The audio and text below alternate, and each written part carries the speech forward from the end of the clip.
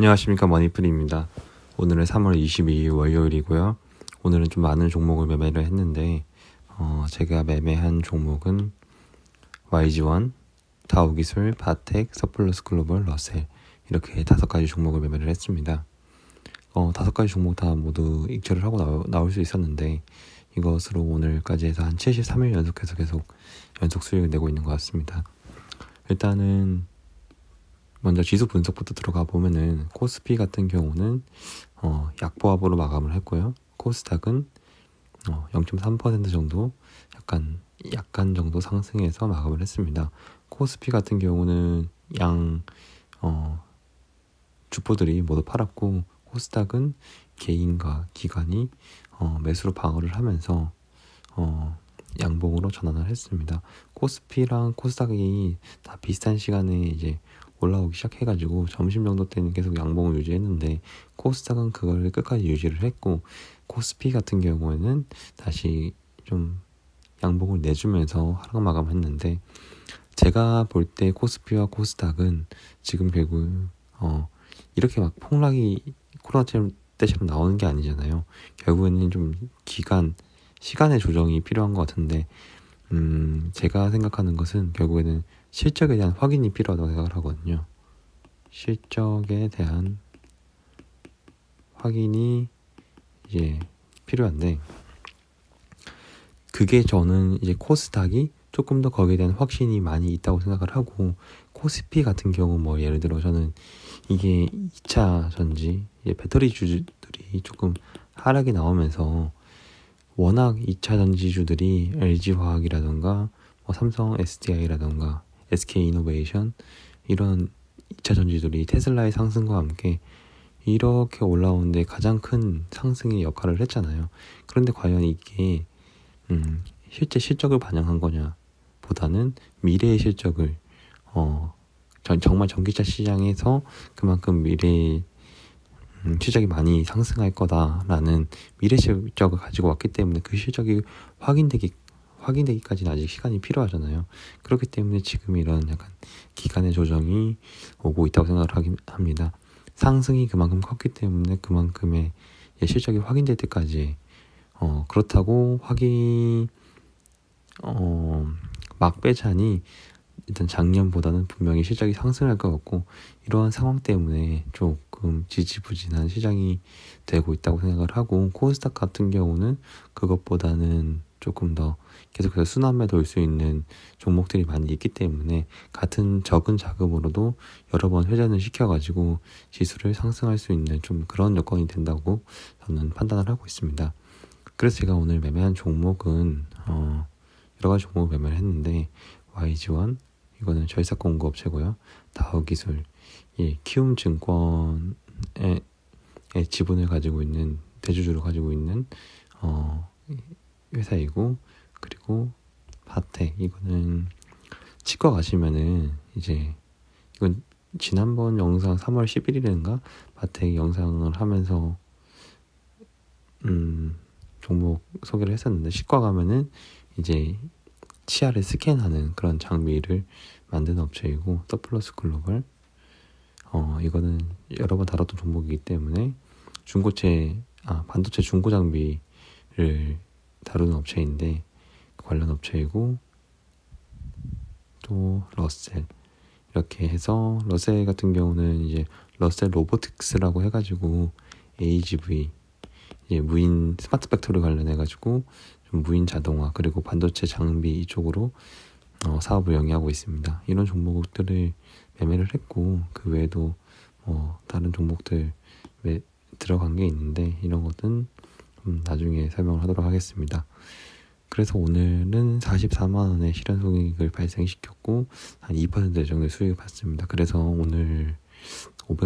오늘까지 해서 3월달 500만 원의 수익을 넘길 수 있었습니다. 다음으로 넘어가서 각 종목마다 왜 매수를 했고 왜 매도를 했는지 간단하게 조금 리뷰를 해보면은, YG1이라는 종목은 제가 어제 영상에서도 예시를 들었던 종목 중에 하나인데, 과거 좀 높은 주가를 만원 최소 못해도 만원 중반대의 주가를 형성했던 종목이잖아요. 이게 워낙 경기 민감주다 보니까 그때의 그 산업이 좀 좋으면 실적이 확 나오고 그 산업이 좀 안 좋으면 쫙 내리고 이렇게 정말 뚜렷한데, 다시 한번 이제 절삭 공급업체라고 하잖아요. 이런 업체는 자동차 산업이라던가 이제 조선 쪽에서 그쪽 산업이 수주가 많이 들어오게 되면은 절삭 공급업체다 보니까 그쪽에 이제 소모품이 많이 들기 때문에 이 비즈니스 모델에서는 그쪽 산업이 살아나면은 당연히 살아날 수밖에 없는 구조를 가지고 있다고 저는 이해를 했고, 그렇기 때문에 앞으로 이제 해운업이 계속 해운 운임료가 상승을 하고 지금 조선소 쪽에서 수주가 계속 증가하고 있기 때문에, 그리고 자동차도 많이 앞으로 계속 자동차 판매량도 늘어나고 있는 추세이기 때문에 그쪽에서의 소비가 이 YG1이라는 종목에 분명히 영향을 줄 거라는 스토리로 접근을 했습니다. 그래서 월봉상을 봤을 때 정말 아직 저점이라는 생각을 했고, 이 위의 가격대가 아직 많이 뚫려 있다고 저는 저평가라고 판단을 했습니다. 그래서 들어왔는데, 일단은 지금 위치로 보면은 7,460원이라는, 오늘 종가 7,400원이라는 가격은 이때 전 고점을 보면 이때가 7,300원이거든요. 이때 고점은 한 7,070원일 거예요. 그래서 좀 넉넉하게 전 고점을 돌파를 한 상황이기 때문에 올라간다고 하면은 한 10,000원 정도의 가격까지는 좀 쉽게 가볍게 올라갈 수 있지 않을까라는 생각을 했습니다. 그럼에도 불구하고 일단은 전 단타로 접근을 해가지고 일부 종목은 계속해서 스윙해서 가지고 있지만 꽤 많은 비중은 덜어내가지고 일단은 현금화를 했습니다. 그리고 이 종목을 볼 때 결국은 항상 제가 말하는 게 실적이잖아요. 좀 저만의 꿀팁을 알려드리려고 하면은, 실적이 작년 얼마 전에 기사가 나왔는데 작년 적자 158억이에요. 그리고 158억 봤는데 YG1이라는 회사가 지금 인천 송도 쪽에 신사옥을 만들었거든요. 회사 망할 회사면은 신사옥 지을 리가 없는데 신사옥까지 짓는 거 보니까 앞으로 계속해서 인재를 좀 새로 영입을 하고, 인재를 아무래도 수도권에 있는 게 인재 영입하기 좋으니까, 그리고 좀 사업을 조금 더 키워나갈 이런 비전을 꿈꾸고 만들지 않았을까 하는 그런 신사옥에 대한 것을 보고 조금 믿음을 가질 수 있었고, 영업이익이 작년에 적자가 나왔기 때문에 올해는 분명히 이 적자 났던 기저효과 때문에 실적 발표를 할 때 수치적으로 몇십 퍼센트, 최소 몇십 퍼센트에서 크게는 몇백 퍼센트까지 실적 상승이 나올 수도 있겠다는 좀 그런 시나리오를 굴려봤습니다. 그래서 이런 것을 볼 때 어느 분기에 더 그렇게 드라마틱하게 효과가 나올 것인가를 보시면은, 이걸 분기별로 보면은 더 좋거든요. 분기별로 보면은 적자가 제일 심했던 때가 있잖아. 작년 3분기 때 적자가 제일 심했네. 그러면은 만약에 올해 3분기에 이게 실적이 잘 나오면은 YG1이라는 종목을 가장 주목해야 될 때는 이 실적이 가장 드라마틱하게 바뀌는 그 구간이 될 것이다. 그래서 기저효과가 정말 강한 2분기, 3분기 때는 더 주목해도 되겠다. 물론 이거는 올해 2분기, 3분기에 실적이 좋다는 가정하에 그런데 저는 좋다고 보기 때문에 이 종목을 들어갔던 거고, 이렇게 좀 자기만의 스토리를 가지고 가면은 이 기간 동안 계속 흔들릴 수 있는데, 저도 이렇게 막 계속 내려갔거든요. 근데 오히려 이럴 때 지금 계속해서 더 담나서 구간별로 계속 입절을 낼 수 있었던 건데, 이렇게 자기만의 스토리를 가져가면은 수익으로 이어지는 좋은 경험을 할 수 있을 것 같습니다. 그리고 다우기술이라는 종목은 저도 이 종목에 대해서는 정말 구체적으로 아직 지분 구조라는 걸 공부하지 못했는데, 일단은 너무 저평가라는 생각을 했고, 다 이제 이동평균선이 정배열되어 있고, 사실은 또 수익률을 더 극대화시킬 수 있었는데 너무 지지부진해가지고 재미가 없어가지고 그냥 일결시키고 팔고 나와버렸고요. 그 중에서 일단 매도한 이유는 다 고점이 좀 뭔가 비슷비슷해요. 이때 가격을 2014년에 한번 가게 됐는데 이때 다시 가줄 수 있을까라는 의심도 되고, 그래가지고 이때 다 고점 맞고 내려왔는데, 그냥 뭐 올라간다고 하더라도 35,000원 올라가봤자 별로 오르는 건 아니니까 다시 내려올 거를 예상을 해가지고 그냥 팔고 나왔습니다. 뭐 더 올라가면 아쉽긴 아쉬운 건데 이거 말고도 종목은 많으니까 그냥 익절시키고 나왔습니다. 그 다음 바텍이란 종목인데 바텍이란 종목은 이제 치과 이제 에 가면은 치아를 스캔하는 장비를 만든다고 했잖아요. 일단은 차트적으로 봤을 때 일봉을 봤을 때 모든 이동평균선이 정배열되어 있어가지고 정말 가장 기본적인 상승의 상승 차트를 보여주고 있고, 하지만 이 종목이 실적은 올해 잘 나올 것이라고 저는 예상을 하지만 뭔가 패턴이 항상 오르고 그 다음에 한 60% 70% 정도 회복해주고 다시 내리고 60% 70% 회복해주고 다시 내리고 다시 60% 70% 회복해주고 이렇게 갈 수도 있겠지만 다시 내리고 좀 지독하게 움직일 수 있는 종목이다. 이때 잡으셨던 분들은 계속해서 쭉 하락만 경험하고 있잖아요. 물론 이게 완전히 턴 어라운드가 돼가지고 이렇게 갈 수도 있지만 일단 현재 패턴을 무시할 수는 없기 때문에 저는 다시 한번 뺄 수 있다는 그런 가정하에 차트적으로 접근을 해가지고 매도를 했습니다. 그리고 종목에 대한 공부가 아직은 좀 부족하기 때문에 그렇게 깊게는 못 들고 간 측면이 있습니다. 그리고 서플러스 글로벌이라는 종목은 제가 정말 많이 공부를 했던 종목인데 이 종목 같은 경우는 일단은 전일에 좀 거래량이 나와서 상승으로 차트를 예쁘게 돌려놨고 지금 20일 선을 지지를 해주고 예쁘게 돌려놨고 오늘 큰 상승이 나오면서 정말 급등주의 좀 모양새를 갖췄는데 오늘 윗꼬리를 많이 달면서 좀 위에 물리신 분들은 정말 좀 고생을 했을 것 같고요.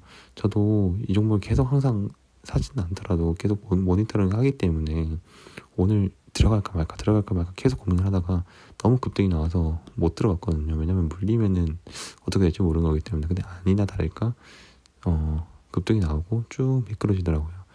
미끄러지는 것을 보고 이제 이때의 아쉬움이 너무 커가지고 이거 한번 먹고 나와야겠다는 생각을 했어요. 왜냐면 거래량이 터지기 때문에 거래량이 터지면은 그리고 제가 좀 잘 아는 종목이라는 생각이 들면은 자주 들어가는 편이거든요. 그래서 이때 가격을 좀 지지해 주는 걸 보고 이거는 그냥 짧게 먹고 나와야겠다 생각이 들어서 5,200원대에 접근을 해서 딱 5,300원에 매도를 5,260원 그리고 5,300원에 분할해서 매도를 걸어놨는데 큰 비중으로는 안 들어갔고 왜냐면 이미 급등이 나오기 때문에 큰 비중으로는 못 들어갔습니다. 그리고 상승했던 가격을 좀 지지해 주는 건 아니기 때문에 끝에 더 내리꽂을 수도 있다는 생각 때문에 큰 비중으로는 들어가지 않았지만 다행히 딱 상승 반등을 주었을 때 익절을 하고 나올 수가 있었습니다. 그래서 일단은 장 초반에 항상 가격이 높게 형성이 되고 이 지수에 대해서 장 막판이 상승해 주리라는 확실한 믿음이 없으면은 그리고 지금은 금리 때문에 조금 불안한 상황이잖아요. 그렇기 때문에 장 후반으로 갈수록 이제 밀릴 수 있다는 것을 항상 염두에 두고 거래를 해야 될 것 같습니다. 어제도 말했지만 단타의 승률을 높일 수 있는 이유는 항상 장이 좋을 때 좀 이길 수 있는 싸움을 세팅하고 들어가는 게 좋을 것 같습니다. 그리고 이제 마지막 러셀이라는 종목인데 러셀이라는 종목도 서플러스 글로벌이랑 좀 차트가 비슷해요. 이거 전일에 좀 상승이 나왔기 때문에 차트적으로 예뻤고 제가 어제 종가에 좀 담아놓고 물려있던 금액이 있었는데 오늘 무조건 털어야겠다 생각을 했습니다. 저도 무조건 짧게 잡고 나왔기 때문에. 그런데 5,490원에 매도를 했는데 팔자마자 한 200원이 그냥 200~300원이 더 떠버리는 거예요. 정말 배가 아팠는데 그냥 탈출시켜준 것만으로도 정말 감사하게 생각을 하고 좀 그냥 나왔습니다. 그래서 그렇게 해서 오늘 한 44만원 정도의 수익을 낼 수 있었고요. 그리고 일단 앞으로도 이제 체크해야 될 것은 제가 항상 말하는 환율인데 이 환율이 이 한 1145원까지 올라갔다가 국제금리가 이제 1.7%까지 상승을 하면서 아무래도 강달러 환경이 만들어졌었는데 달러가 소폭 내려와 주면서 다시 외국인들이 환율이 내려가야지 외국인들이 우리나라 시장에 들어오기 좋은 환경이니까 그런 환경이 조금씩 갖춰지고 있다고 보시면 될 것 같습니다. 그리고 오늘은 좀 뉴스 분석을 네이버 뉴스를 보면서 좀 같이 해보려고 하는데 제가 공부를 하고 늦게 들어와가지고 같이 하는 건 아니고 아마 저는 어떻게 하는지 오랜만에 다시 보여드리려고 합니다. 저는 뉴스라는 볼 때 네이버 뉴스를 보는데 가장 주목해서 보는 것은 세계 뉴스예요. 왜냐하면 전에도 말했듯이 우리나라는 정말 전 세계 시장에 있어서는 아주 작은 부분이기 때문에 미국, 중국, 그리고 뭐 러시아 국제관계가 특히 미국이 어떻게 움직이냐에 따라 가지고 저희는 그 채찍 효과라고 하는데 채찍의 끝에 있거든요. 그렇기 때문에 항상 세계가 어떻게 굴러가는지가 가장 중요하다. 그래서 세계를 항상 먼저 보고요. 그래서 중국과 미국, 러시아 뭐 딱 봐도 별로 안 좋은 것 같고 그렇게 뭔가 우호적인 환경은 아닌 것 같고 미중 회담 좋게 끝난 건 아닌 것 같고 뭐 이렇게 이제 아스트라제네카 백신이 혈전 안 나타난다 그러면은 효과가 좀 안전 문제 없다고 하는 거니까 이러는 것은 코로나 관련해서 호재 뉴스니까 주식시장에서도 좀 긍정적으로 받아들일 확률이 높다. 이건 좀 호재 뉴스로 보이고요. 그리고 아시아계 이거는 주식시장과는 정말 크게는 관련이 없다고 저는 판단을 하고 있습니다. 그리고 생활은 잘 안 보는데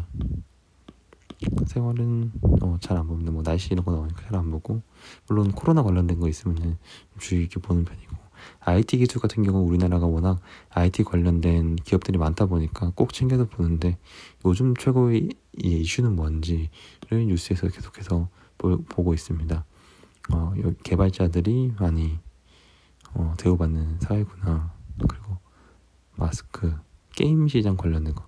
제가 게임주를 NC를 들고 있긴 한데 NC는 그냥 계속해서 담아가려고 하기 때문에 게임 관련해서 뭐 어떻게 되고 있구나 정도로 보면 되고 NC 관련된 택진형이 나왔는데 그래서 이런 건 다 자기가 게임 관련된 줄 보고 있다고 하면은 챙겨보시면 될 것 같고 사회는 대우조선해양 제가 한국조선해양이라는 종목을 들고 있는데 이거 관련해가지고 좀 주가가 빠질 수도 있겠다 정도로 판단만 하면 될 것 같습니다. 그리고 뭐 특별한 거는 없는 것 같고 경제 뉴스를 이제 세계 뉴스 다음으로 경제 뉴스가 더 중요할 수 있는데 이거 보는데 SLR이라는 것은 꼭 지금 국채 금리가 움직이는데 영향을 주는 거기 때문에 꼭 봐야 되거든요. SLR 완화를 연장하지 않았다. 그러면은 들어가서 보는 거예요. SLR이 뭔지.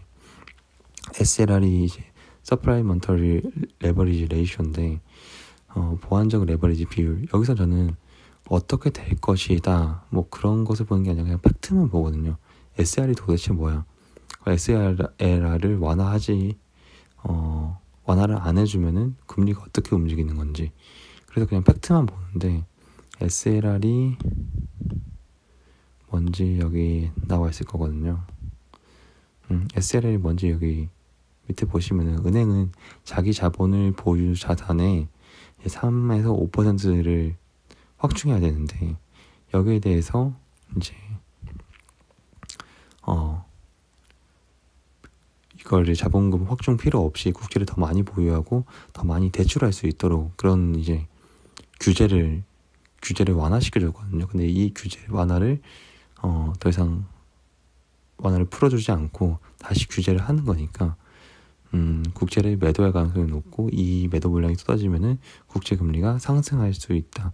이 팩트만 저는 판단을 하고 이게 앞으로 주식시장이 어떻게 될지는 제가 다시 한번 저 스스로 한번 판단을 해보거든요. 그래서 저는 뉴스를 볼 때 내가 모르는 정보에 대해서 이 정보의 팩트가 뭔지만 이제 판단을 하고 정말 모르는 것은 이렇게 뉴스 기자가 어떻게 말하는지를 따르는 편이지만 기자는 팩트만 말하기 본다는 대중들이 말하고 싶은 거를 얘기해 주는 경우가 많기 때문에 전 그것보다는 스스로 판단하는 게 조금 더 중요하다고 생각을 합니다.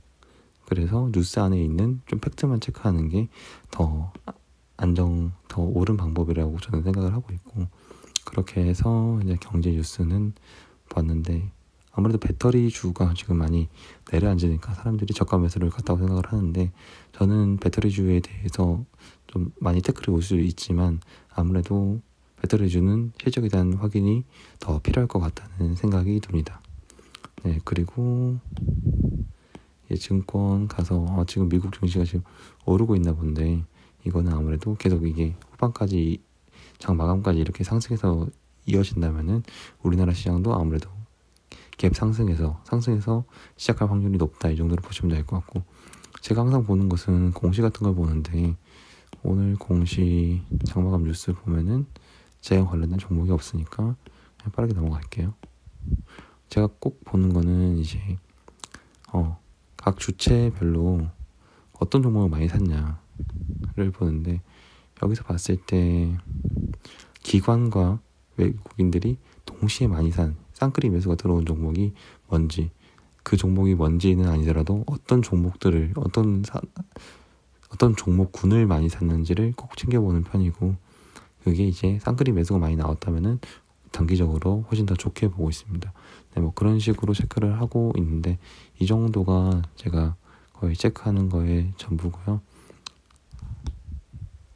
네, 그렇게 해서 오늘 3월 22일 월요일 매매 이시 방송을 했고 조금 영상이 길어졌는데 그래도 제가 실제로 매매하는 거 그거 그대로 좀 보여드리려고 노력을 했습니다. 이 영상을 보시는 분이 많이 도움됐으면 좋겠습니다. 만약에 궁금하신 점이 있다면은 댓글로 남겨주시면은 제가 아는 범위 내에서 최대한 자세히 답변을 드리도록 하겠습니다. 네, 영상 시청해주셔서 감사합니다.